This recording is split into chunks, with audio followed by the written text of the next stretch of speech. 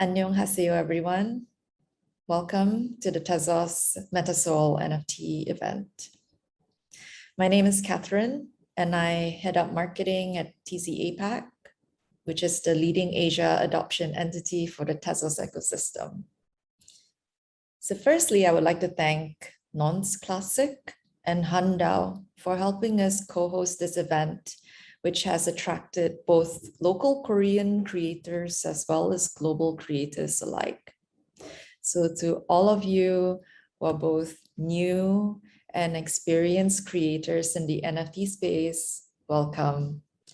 I would also like to thank Kalamint for helping us promote this event and for contributing to this community as well.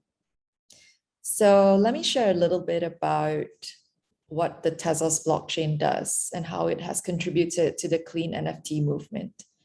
So Tezos is a liquid proof of stake chain.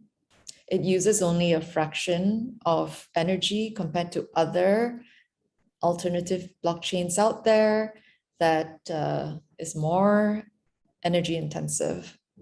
So within the Tezos ecosystem, we've pioneered the clean NFT movement amongst our community, and that has actually become a popular, made us a popular choice for minting eco-friendly NFTs or clean NFTs as we call it.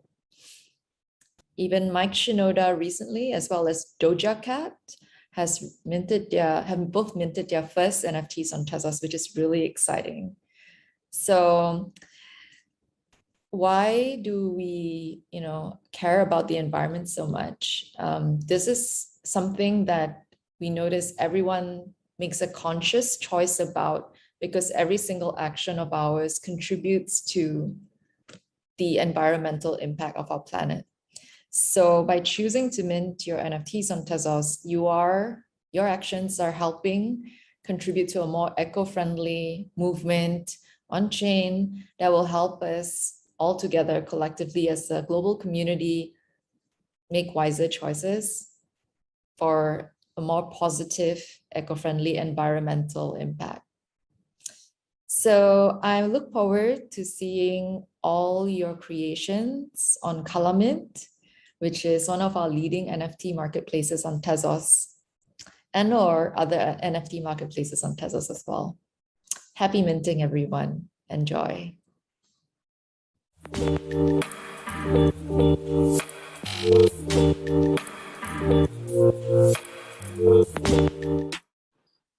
Hey everybody, welcome to the Kalamint introduction, and I'll also do a little bit of onboarding today.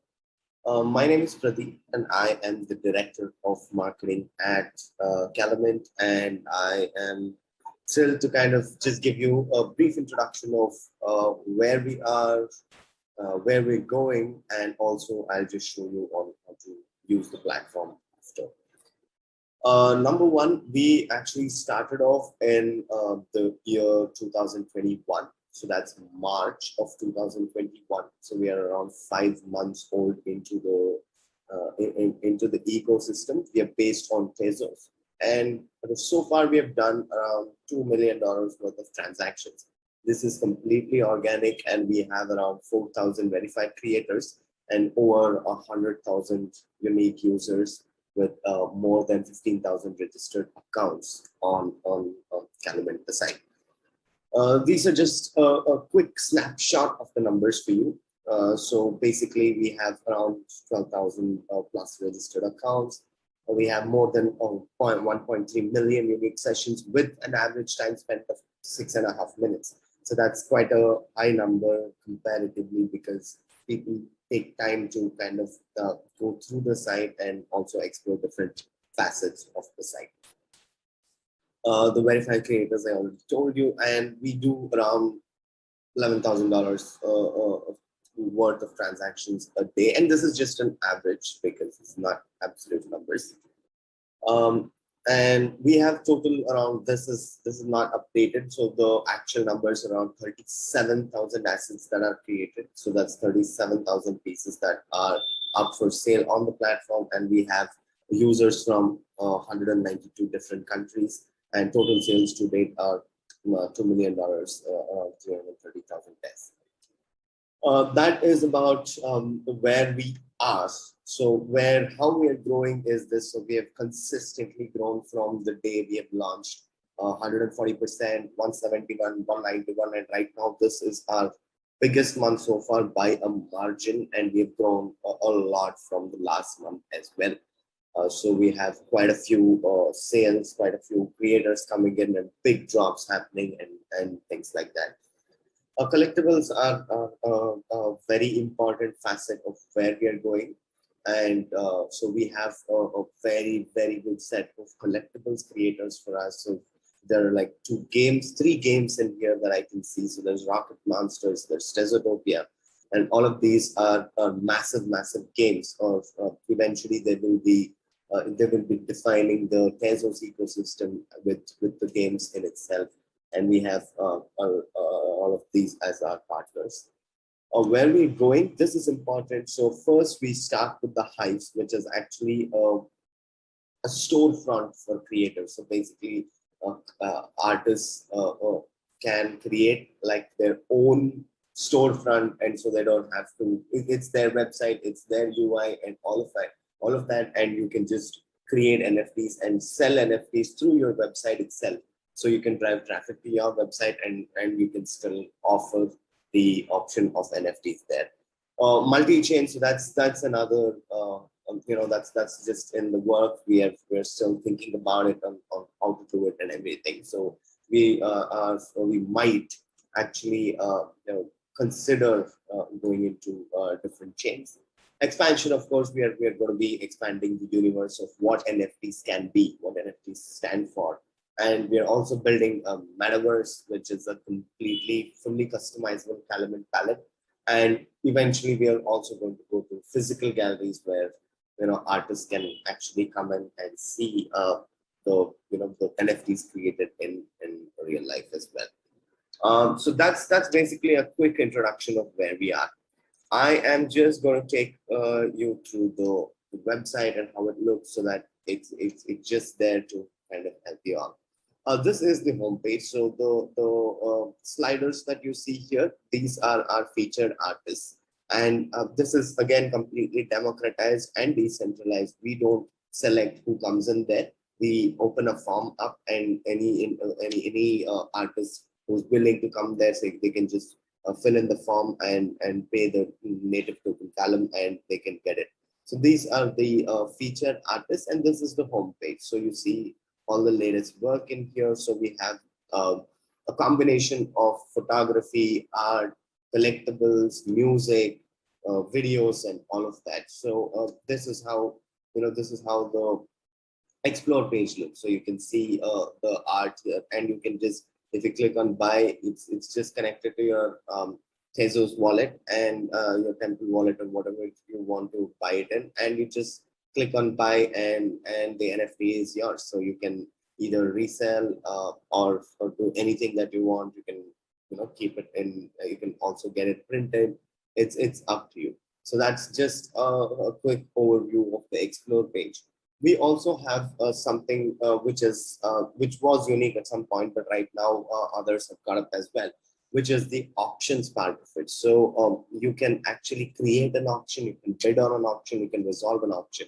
You see the recent bids, ending soon, latest auctions in here. So what I mean by recent bids and ending soon is, so if there is a piece that is up for auction, so there is this piece up for auction, and you can actually see the base price, which is $210, which is around $11.50 minimum raise. So I can place a bid for more than this with the minimum raise, and I will get into the auction mold as well.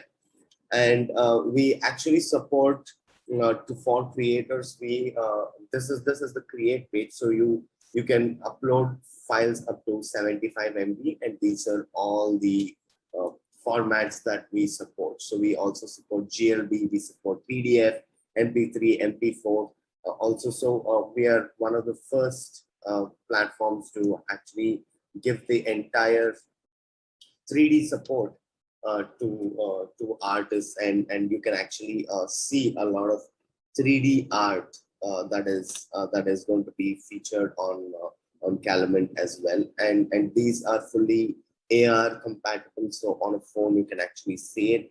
And I will just give you an example here. So this is a 3D file, and you can actually do this, like you put in your cursor and you can see the amount of detailing with moving, and you can also zoom in to see the amount of detailing in here. And this is the example of a GLB file, a 3D artist. So when you actually go on to the create button in here,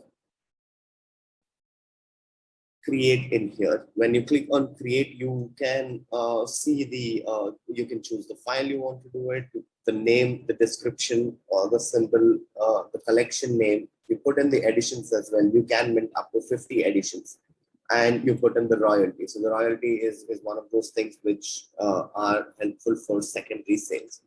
And on Kalamint, one thing that we do, which is to our knowledge that nobody else is doing, is that we store 100% of our data on chain. So everything that we store is only on the blockchain, and we do not have any servers storing information.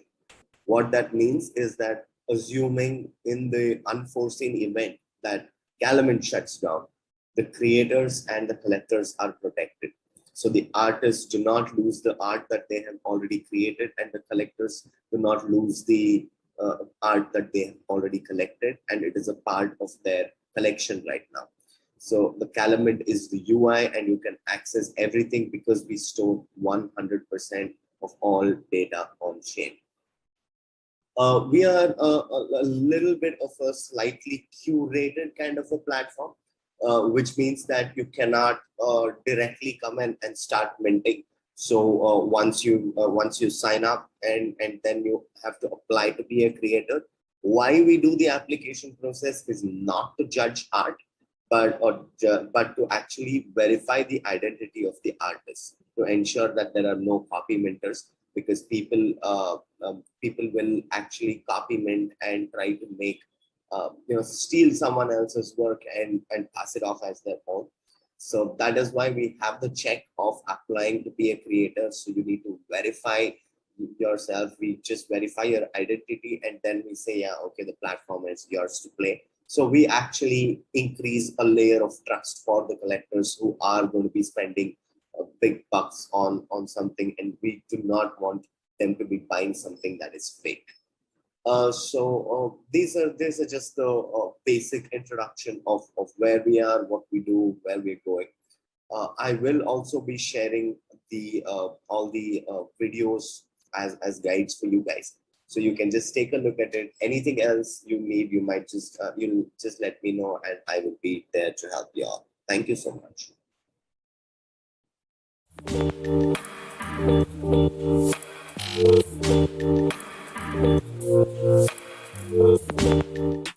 Hi everyone, thanks for having us here in this event, MetaSeoul. It's an honor to be able to connect with a crowd beyond Malaysia and to meet other talented and respective creatives, such as you guys.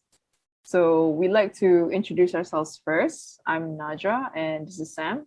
Hey. We're founders of Node to Scale, an architecture, design, and art practice, looking to design as a way to respond to the world around us, looking to social issues or things that might interest us of what's happening currently in the world. We're actually currently exploring the digital realm through NFTs. We create augmented reality works that tries to merge the reality of the physical and digital.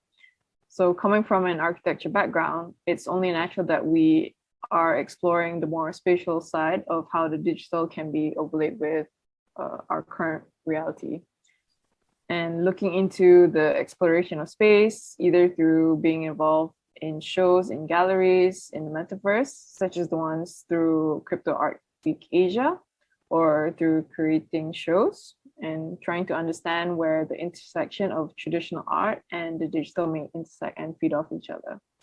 So no-to-scale projects that we do, we vary from doing physical works and art installations to collage works, and that's slowly transitioning and transferring itself into the virtual world through augmented reality and NFTs. So at no-to-scale, I think we're always trying to collaborate with people from different areas. So I think it's one of the ways that we can, I think, transfer or cross-pollinate with different ideas. So for example, we just recently collaborated with local Malaysian musician Monologue in trying to get him to do NFTs as a sort of a merchandise alongside his physical merchandise. So Monologue doesn't do he's not much into the virtual digital thing, but I guess it's our way of trying to bridge our interests within NFTs and blockchain, and then to merge or bridge it to another industry which is unfamiliar, which is I mean in Malaysia right now is the music industry lah. So I think we are always about trying to introduce new audience or crowds to this idea of the virtual layer, the metaverse or NFTs. So that's one of the ways, and the other ways that we try to engage with a more wider audience in trying to educate what NFTs are beyond the hype is through maybe we do a lot of, I think, discussion sessions, forums, talks with other artists or with other people beyond the creative digital artists who is already within NFTs lah. That could potentially be heard by a wider audience. So we're always trying to figure out ways in which we can actually talk about NFTs in a much more simpler layman term towards other communities which are not familiar with the whole digital artist sphere. So it could be with other architects, other creatives who, like fine artists, traditional fine artists are not familiar with the whole NFT thing. They're quite hesitant as well. So we're trying to bridge that as well. And I think slowly that is going towards channeling that interest of the audience towards localized Discord groups or Twitter groups, and then it's just all about opening up your community from there, and then just responding in a way that's quite open with them through Discord and Twitter. So I think to sum it up, I think no-to-scale, what we do is that we aim to delight and to surprise, and I think that's what no-to-scale does with all of the projects that we undertake. So I think thank you again for inviting us. Hope to know more of you soon. Thank you very much from me. Thanks, and Nadra. everyone. Thank you.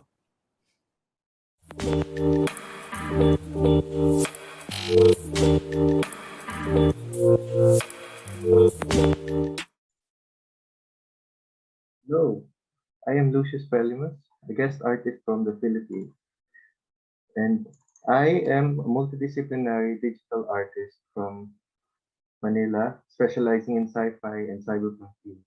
And my goal is to world build a cyberpunk Manila through different mediums of art, mostly through photography, architecture, and 3D rendering.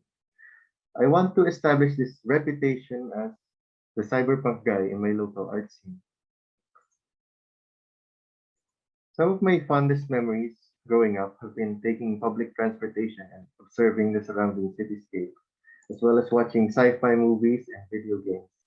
And from everything I've seen, I've always wanted to live in those distant worlds. So I often daydreamed of high-tech futuristic cities whenever I went outside.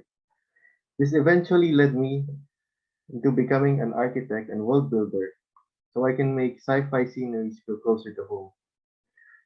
I started my art journey in photography back in 2019 because I wanted to start this photography project built around the idea of cyberpunk Manila.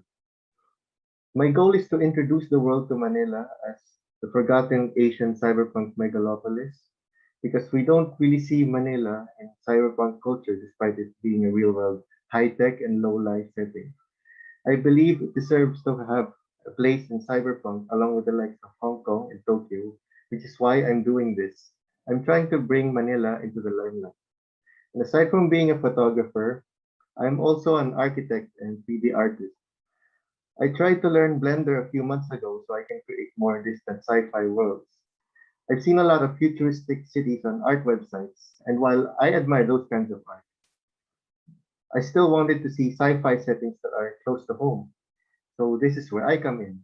I try to include elements of Philippine culture in my cyberpunk cities in order to make them feel more like home.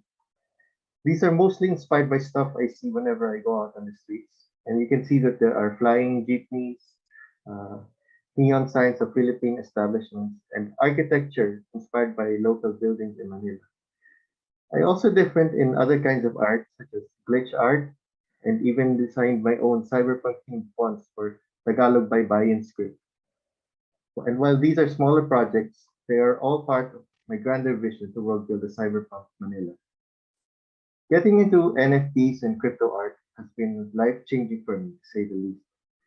This is the first time in my art career that I've ever felt supported in my work, not only with sales, but also with opportunities to be featured in articles and exhibits.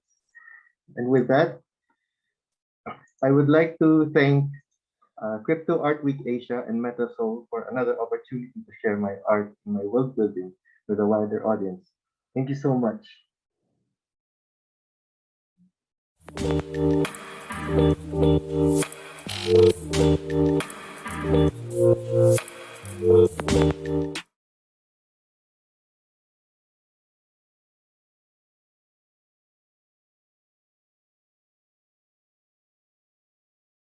안녕하세요.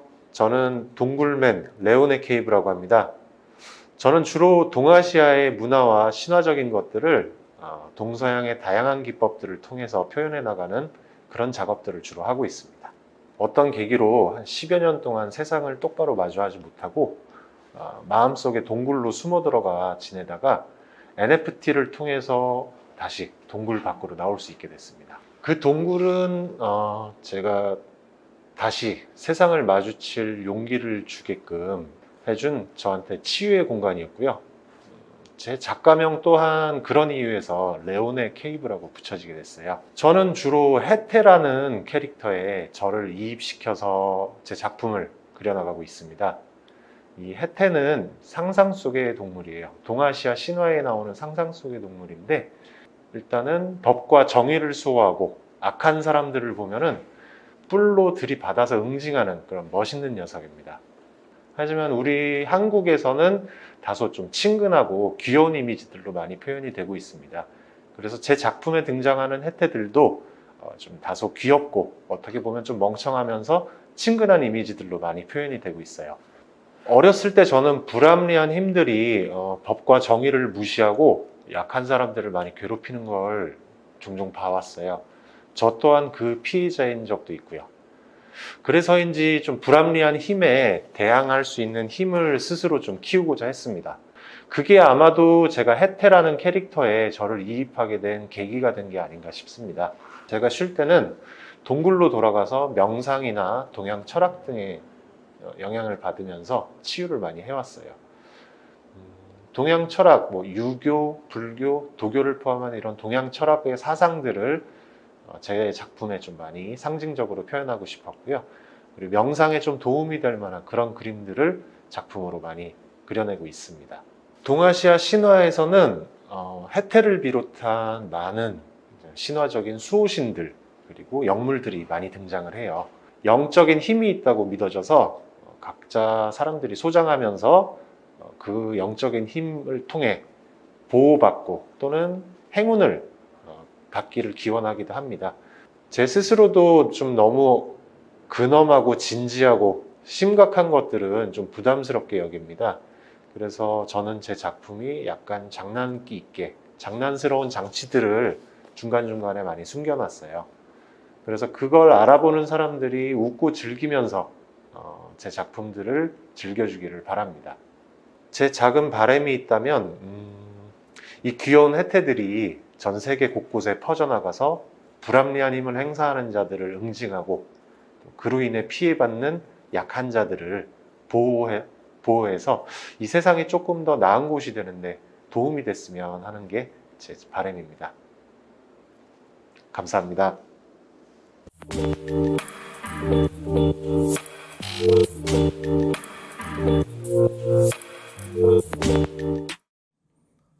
Hello, my name is Yoon Ji-woong and my artist name is rAWrAW Project. At a high school in Australia, I got a chance to meet David Hockney, and on that night, I decided to become an artist in 1997. In the last year of college, I celebrated my 10,000th day of my life with a few programs, and one of them was to decide to live a more creative artist life, and I called it rAWrAW Project. rAWrAW Project is made up of many different and experimental projects. Considering my life as one work, I've been a multidisciplinary artist, ranging from painting, sculpture, installation, video, and performance. For the past 10 years, I also worked as a curator. Two main curatorial experiences are directing the inaugural Hain Art Project at the UNESCO Heritage of Hainsa Temple and numerous exhibitions and events at German-based Platoon Kunsthalle in Seoul. For me, NFT is a new way to archive artworks using smart contracts. So a major part of it is to store my previous works as well as making new ones. Not just artworks, but I also constantly question how I can record my life in NFTs. It's hard for me to define what my style is because I try to experiment with many different styles.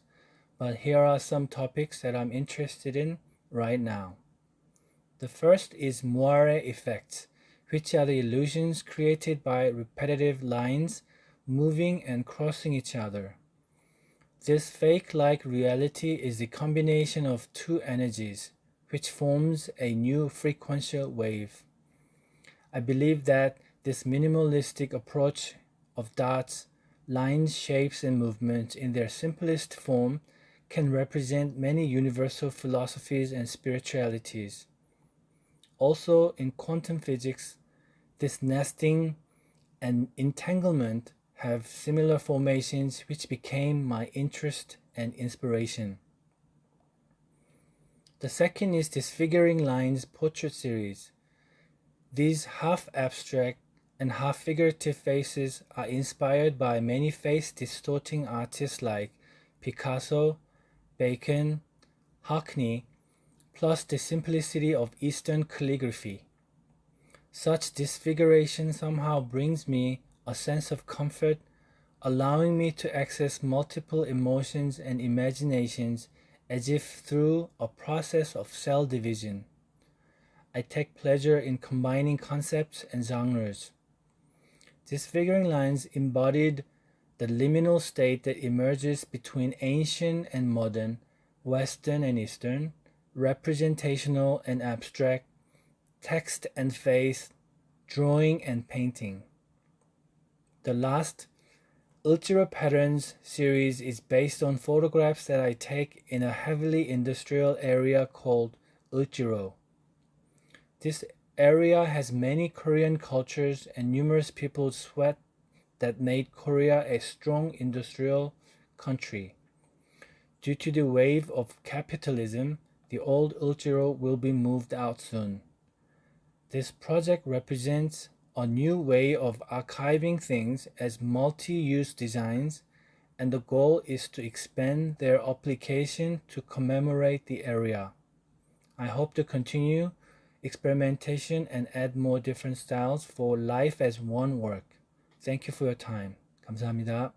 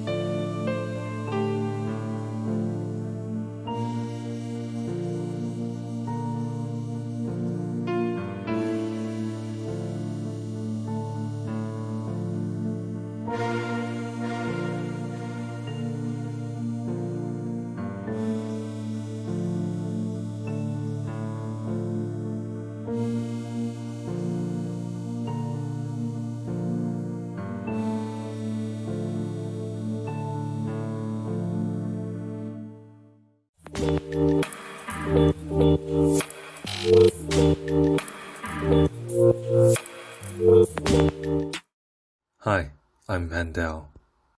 My current works revolve around the theme of anti-totalitarianism, more specifically against surveillance, censorship, and the invasion of privacy, of which I now intend to vandalize with my art.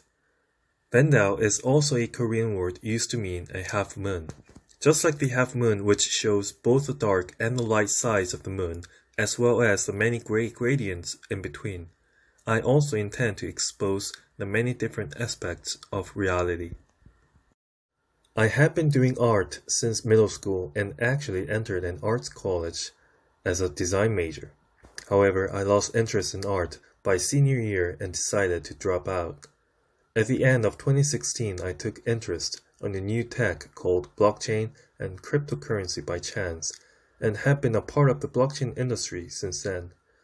I am primarily involved in B2B consultancy services and content marketing. I was originally not much interested in NFT, but I gradually started to look into it since I grew familiar with CryptoPunks and BASI, projects that were receiving massive attention from early 2021. Then I decided to be a part of this movement as an NFT artist myself. I made my first mark in late August, minting my first piece. With the exception of my first piece, my works are divided into many cuts.